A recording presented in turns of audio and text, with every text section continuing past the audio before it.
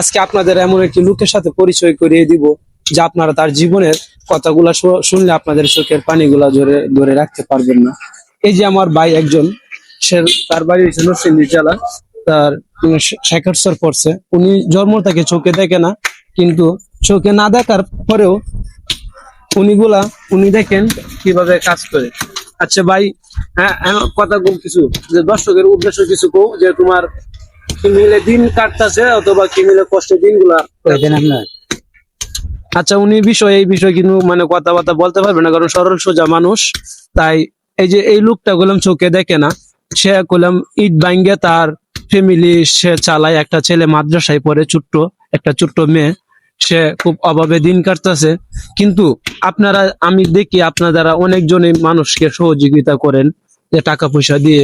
যদি কেউ কোনো দয়াবান ব্যক্তি এই যে আমার ভাইয়ের জন্য কেউ কিছু সহযোগিতা করতে চান, তাহলে সহযোগিতা করতে পারবেন।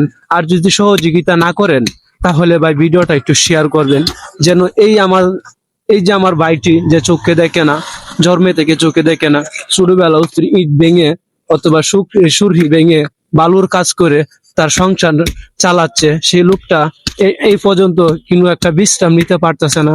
তার শরীর অবস্থাও ভালো না, তার একটা বাচ্চাকে সে মাদ্রাসায় পড়া। আপনাদের সহযোগিতা পাইলে তার হয়তো দুঃখ কষ্টটা একটু দূরে যেতে পারবে। সে একটি ঘর টান দিছে, কিন্তু ঘরটা পুরাপুরি বান্ধার মতন তার কাছে সামর্থ্য নাই।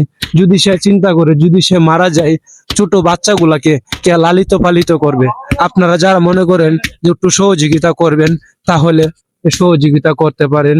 আর যদি আপনারা সহযোগিতা না করেন, তাহলে প্লিজ দয়া করে ভিডিওটা একটু শেয়ার করবেন। এই ভিডিওর ইনকামটা যা আসবে তা আমি ওনার হাতে তুলে দেব। সকলে ভালো থাকবেন, সুস্থ থাকবেন। আসসালামু আলাইকুম।